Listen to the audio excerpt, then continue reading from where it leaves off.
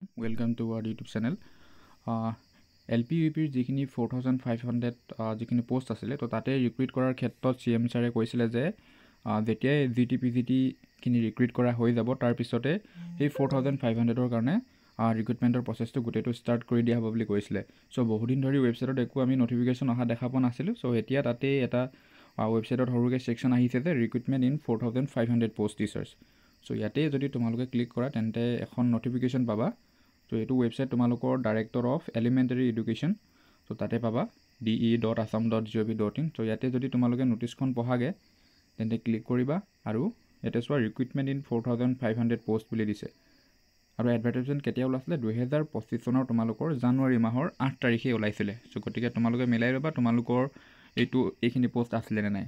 যিখিনি 4500 পোষ্ট আমি বহুতো কেণ্ডিডেটে বহু সময়ত CM ছাৰক এইটো বিষয়ে উত্থাপন কৰি থকা দেখিছিলোঁ। আৰু এতিয়া এই নটিছখন যে আহিছে তো যিখিনি PWD কেণ্ডিডেট আছিলে অৰ্থাৎ পাৰ্চন উইথ ডিজেবিলিটি, তো সেই কেণ্ডিডেটখিনিৰ কাৰণে ডকুমেণ্ট ভেৰিফিকেশ্যন হ'ব, অৰ্থাৎ তেওঁলোকৰ মেডিকেলো হ'ব চাগে ইয়াতে। তো তেওঁলোকৰ ডকুমেণ্ট ভেৰিফিকেশ্যনৰ কাৰণে নটিছ আহিছে। ইয়াৰ মানে আমি কি বুজিম যে অলৰেডি প্ৰচেছটো ষ্টাৰ্ট চৰকাৰে কৰি দিছে। গতিকে খুব সোনকালে আপোনালোকে ইয়াতে জব পাব যিসকলে LPUPৰ 4500 পোষ্টত এপ্লাই কৰিছিলে। চ' ইয়াতে ডিটেইল নটিফিকেশ্যন চাব পাৰে। যিখিনি PWD কেণ্ডিডেট আছিলে তেওঁলোকৰ ডকুমেণ্ট ভেৰিফিকেশ্যন হ'ব।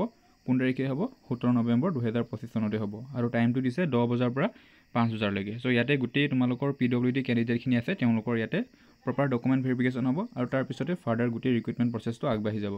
গতিকে এটা খুবেই গুড নিউজ হয় যিসকলে 4500 পোষ্টৰ কাৰণে ৱেইট কৰি আছিলে LPUPৰ ক্ষেত্ৰত, যিসকল ৰেগুলাৰ টিচাৰ হ'ব আমাৰ অসমৰ বিভিন্ন LP আৰু আপাৰ প্ৰাইমেৰী স্কুলসমূহ। তো তেওঁলোকৰ গোটেই ইয়াত PWD কেণ্ডিডেটখিনি লিষ্ট দিছে, তেওঁলোকৰ ডকুমেণ্ট ভেৰিফিকেশ্যন 17 নৱেম্বৰত হৈ যাব। ঠিক আছে। তো ইয়াৰ পিছতে এইখিনিৰ বিষয়ে এপইণ্টমেণ্ট দিয়া হ'ব। Most probably ADD 3rd grade আৰু 4th গ্ৰেড তাৰ পিছতে হয়তো এওঁলোকৰ এপইণ্টমেণ্ট দিয়া হ'ব, কাৰণ গোটেই প্ৰচেছটো অলৰেডি ষ্টাৰ্ট হৈ গৈছে। ইয়াতে প্ৰায় 402জন কেণ্ডিডেট আছে যিসকল PWD কেণ্ডিডেট হয়, তেওঁলোকৰ ডকুমেণ্ট ভেৰিফিকেশ্যন হ'ব 17 তাৰিখে। চ' খুব গুড নিউজ হয় এইটো। আপোনালোকে ভিডিঅ'টো যিসকল কেণ্ডিডেটে এক্সাম দিছিলে তেওঁলোকৰ কাৰণে শ্বেয়াৰ কৰি দিব। চ' আজিলৈ ভিডিঅ'টোত ইমানেই আছিলে। Thank U.